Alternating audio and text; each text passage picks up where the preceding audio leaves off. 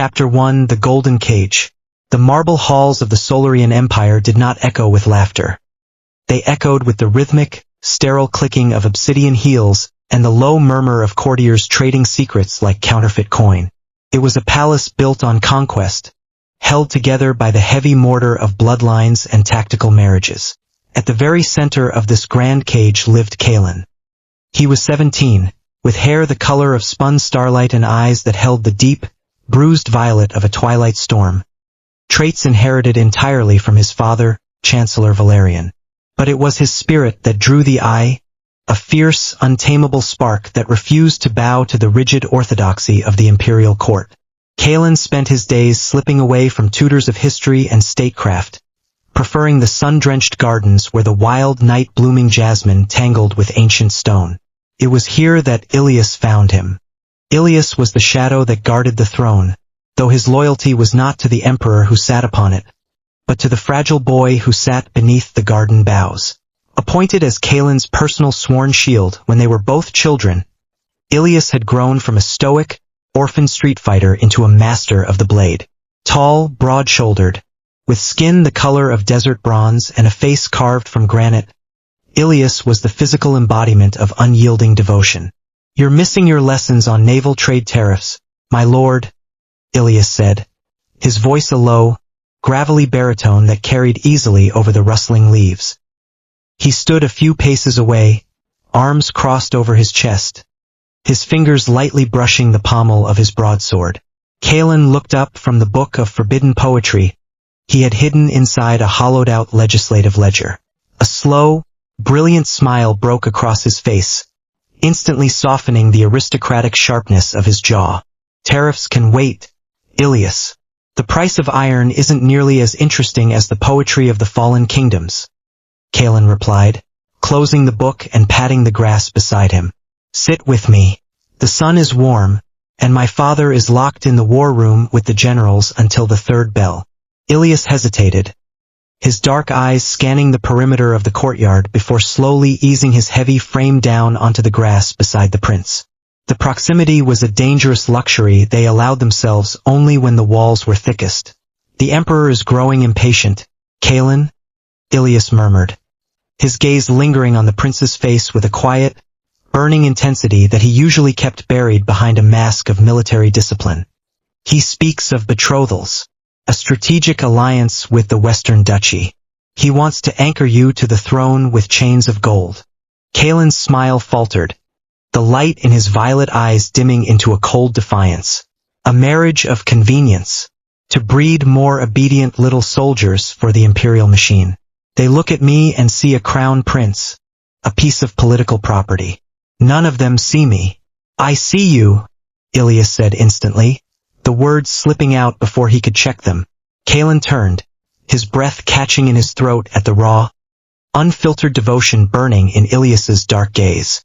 For years, their relationship had danced along the razor's edge between duty and something far more forbidden, something the Solarian law punished with public flaying and exile.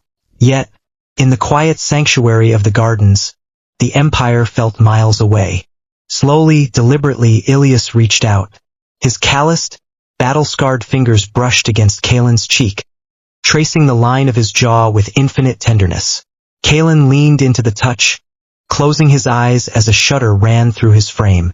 "Sometimes," Kaelen whispered, leaning closer until their lips were mere fractions of an inch apart, "I want to burn this entire palace to the ground, run away to the coast, where no one knows our names." "I would burn it with you," Ilyas breathed, his voice thick with emotion.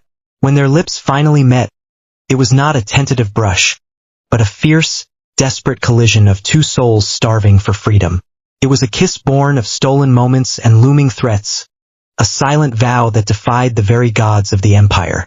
Unknown to them, high above the garden terrace, hidden behind the stained glass panels of the high gallery, a pair of cold, calculating eyes watched them.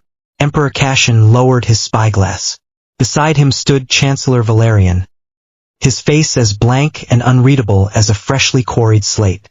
"Your son," Emperor Kaelen said softly, his voice dripping with venomous disappointment, "is consorting with a guard dog, He courts treason in the dirt. Valerian did not blink. His fingers twitched slightly inside the wide sleeves of his ceremonial robes. He is young, sire. Youth is prone to rot. It is our duty as rulers to prune the diseased branches before they compromise the tree. Kaelen smiled. A thin, cruel parting of the lips.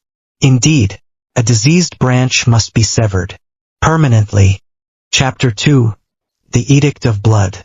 The Imperial Council chamber was suffocatingly hot, lit by towering braziers of burning frankincense that hung heavy in the air, masking the scent of underlying decay. Kaelen stood before the obsidian dais, his posture rigid, his chin held high. Beside him stood Ilyas, stripped of his weapons, held firmly by 4 elite palace guards whose halberds crossed behind the prince's neck like a cage. Upon the throne sat Emperor Kaelen, flanked by Chancellor Valerian. Valerian's expression remained an absolute void. Not a single muscle in the Chancellor's face twitched as he looked down upon his own flesh and blood. To Valerian, the Empire was an organism, and Kaelen, with his dangerous ideals, his resistance to the crown, and his forbidden affection for a servant, was a cancerous tumor threatening the stability of a 1,000-year dynasty. Kaelen, Emperor Kaelen's voice boomed off the stone walls, cold and devoid of paternal warmth. You stand accused of high treason against the Solarian throne. You have conspired to subvert the imperial bloodline, rejected your sacred duty of alliance, and defiled the sacred honor of the palace. I have done nothing against the Empire, Kaelen shouted, stepping forward, though the guards slammed their halberds down to block him. I only refused a marriage I never wanted. Is loving freedom a crime punishable by death in this gilded tomb? It is when that freedom threatens to unravel the peace bought with the blood of our ancestors. Valerian spoke for the first time. His voice was steady, chillingly clinical, devoid of any paternal inflection. You are weak, Kaelen. Sentimental. A ruler cannot afford a heart. You are a liability to the crown. Kaelen stared up at his father, the words hitting him harder than any physical blow. You're my father. I am the Chancellor of Solaria first, Valerian replied coldly. Kaelen raised a jeweled hand. The verdict has been cast. Treason of this magnitude demands a cleansing flame, not for our sake but for the stability of the realm. A public execution in the central courtyard at high noon. Let the citizens see what happens to those who break the imperial peace. No! Ilyas roared, suddenly breaking through the restraint of the 4 guards with a burst of superhuman fury. He slammed his fists into the stone floor, hurling 2 guards back before diving toward the dais. Kill me! Take my head. He is innocent. He had no part in this. Bind the dog, Kaelen sneered. 10 more guards swarmed the dais, piling onto Ilyas, beating him relentlessly with iron-shod batons until blood pooled beneath his bruised face. Kaelen screamed, thrashing against his captors, tears streaming down his face as he watched the only person who truly loved him being torn apart. Stop, please. I'll do anything.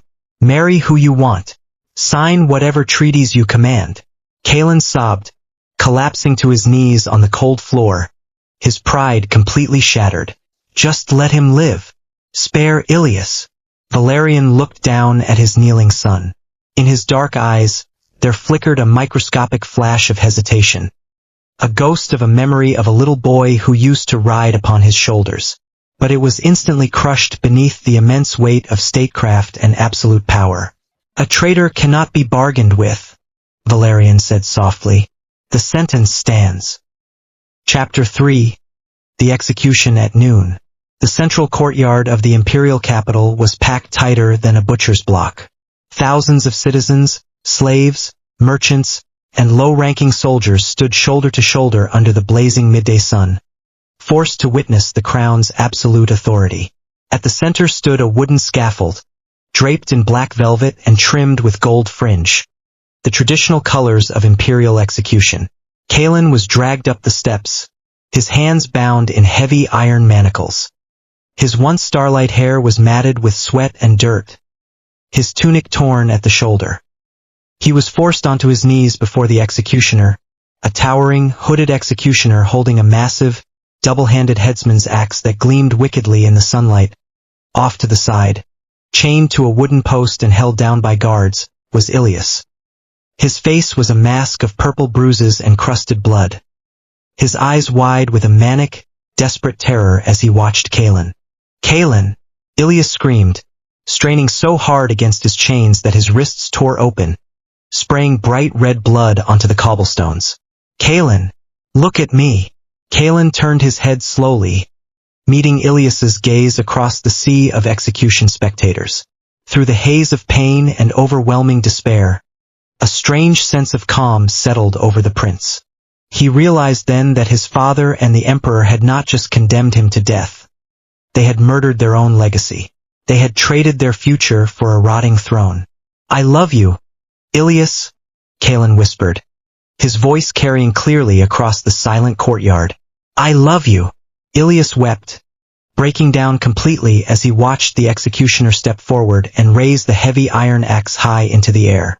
Chancellor Valerian stood on the balcony of the grand hall overlooking the square, his hands resting calmly on the stone balustrade. Beside him, Emperor Kaelen nodded in silent satisfaction. The executioner brought the axe down. A collective gasp sucked the air out of the courtyard. The heavy steel cleaved through flesh and bone with a sickening wet crunch. Kaelen's head tumbled from the scaffold, bouncing once on the wooden boards before rolling into the dust below. His violet eyes wide and staring blankly at the sky. Silence fell over the courtyard. A heavy, suffocating stillness that felt like the precursor to an earthquake. And then, from the wooden post where he was chained, Ilyas let out a sound. It was not a human scream of grief. It was the feral, demonic roar of a caged beast whose soul had been violently ripped apart. The sheer force of his agony shattered the iron chains binding his wrists, the metal snapping like dried twigs under his supernatural surge of grief-fueled adrenaline. Before the guards could react, Ilyas lunged forward, snatching a dropped spear from a stunned soldier.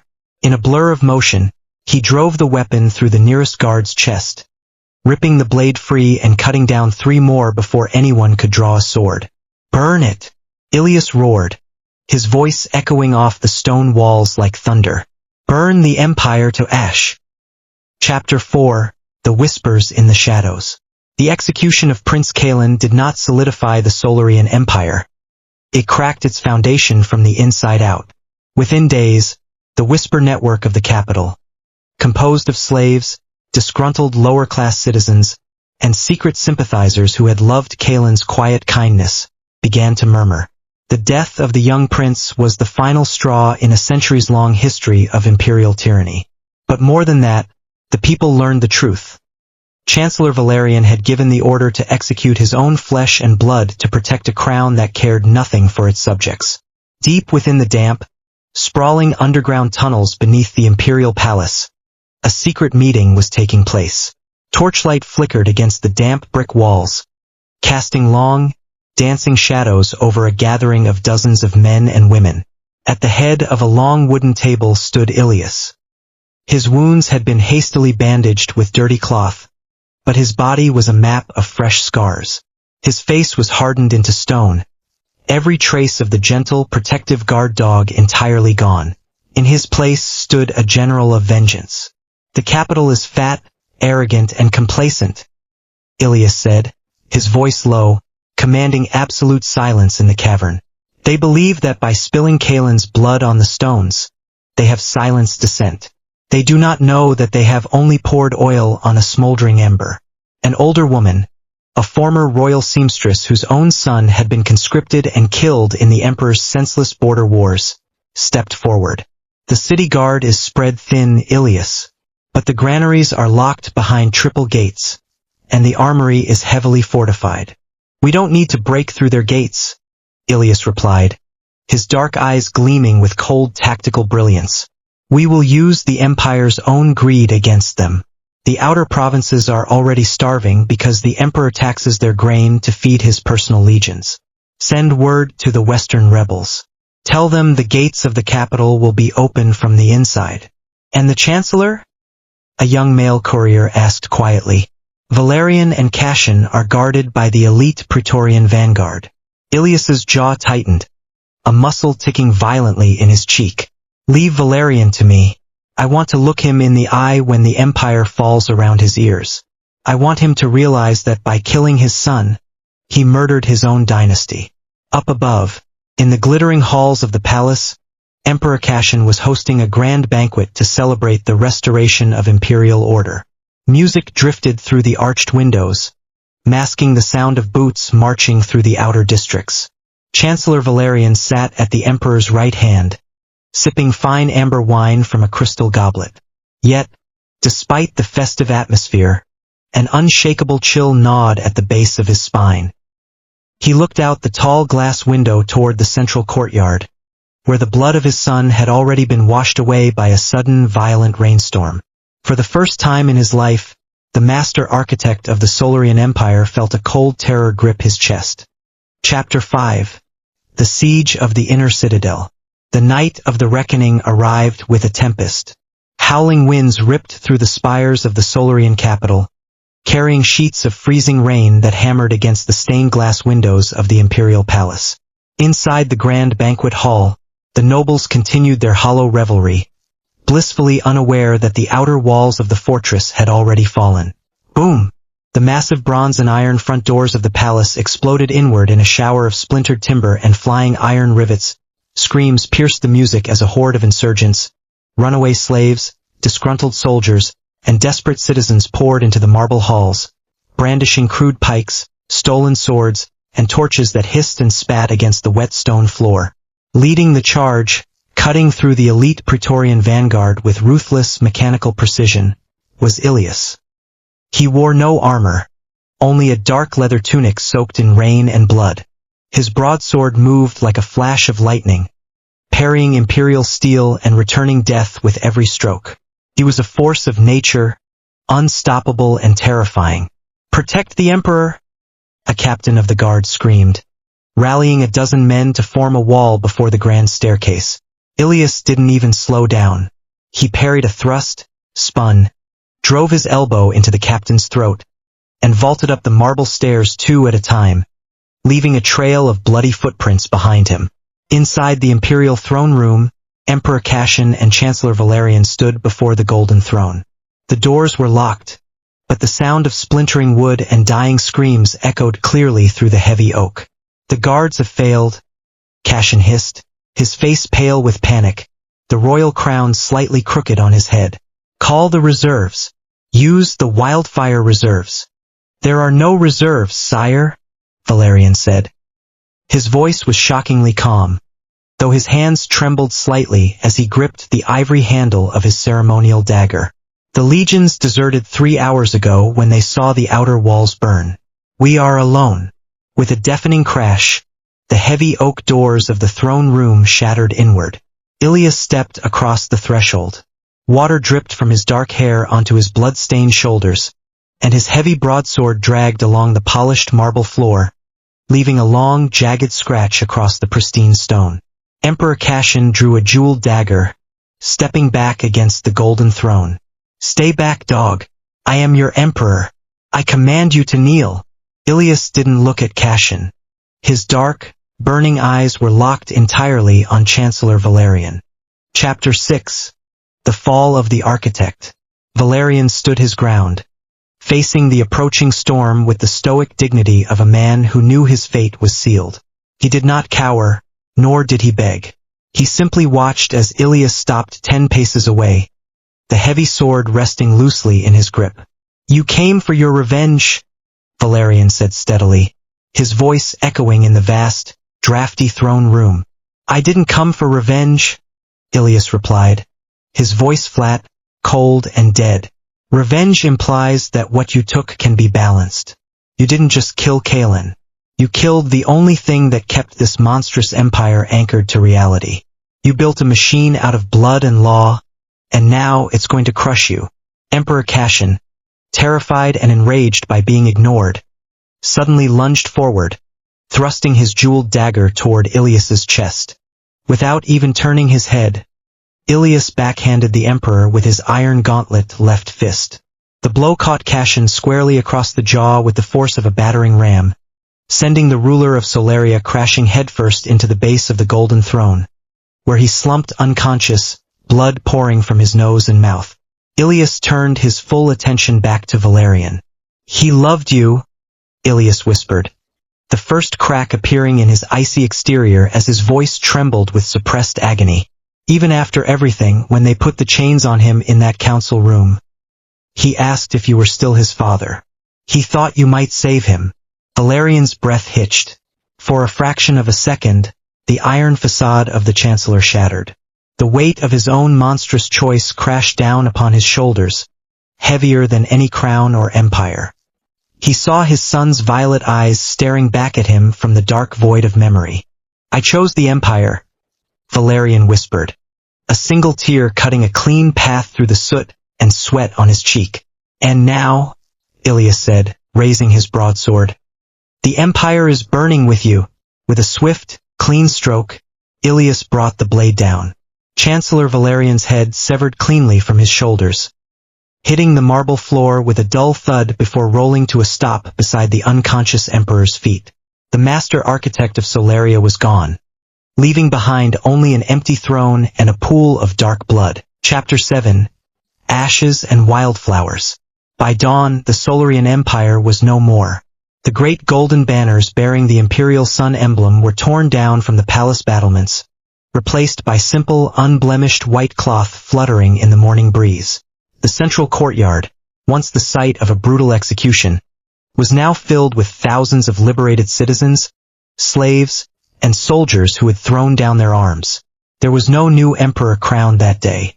No grand coronation, no taxation decrees, no lists of alliances. The capital had been dismantled from the top down, its massive vaults opened, its granaries emptied to feed the starving provinces, and its high walls torn down stone by the very people who had built them. High on the balcony overlooking the sprawling, smoking ruins of the inner citadel, Ilyas stood alone. He held a small, leather-bound book in his scarred hands. The volume of forbidden poetry Kaelen had hidden in the legislative ledger, rescued from the Chancellor's burning study. He flipped open the cover. On the flyleaf, Kaelen had scrawled a note in his neat, aristocratic handwriting. "If the world refuses to let us live, we will plant our own garden in the ashes." Ilyas closed the book, holding it tightly against his chest. Down below, beyond the broken gates of the capital, the wild jasmine vines were beginning to creep over the fallen marble pillars, untamed and free. The Empire had tried to kill love with an axe, but in doing so, it had unleashed a fire that nothing could ever put out. Ilyas turned his back on the empty throne room, stepped out into the morning light, and walked down into the ruins to help build something new.